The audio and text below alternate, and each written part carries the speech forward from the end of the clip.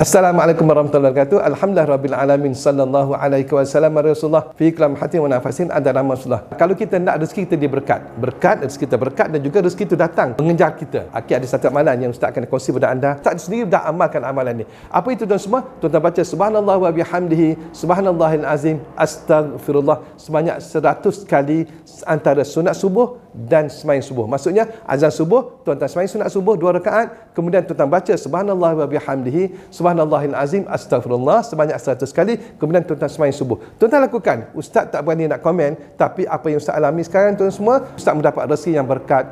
Kadang-kadang kita rasa duit tak ada, tetapi alhamdulillah ada sahaja rezeki yang datang untuk kita rasa. Inilah kadang-kadang tuan semua, kita puji-puji Allah Ta'ala, kita puji-puji Allah Ta'ala di waktu pagi dan kita mohon ampun kepada Allah Ta'ala, itu astagfirullahal azim pada waktu pagi. InsyaAllah apa yang baik tuan-tuan kongsikan pada sahabat dan stay tune dengan Bengkel Rezeki. Assalamualaikum warahmatullahi wabarakatuh.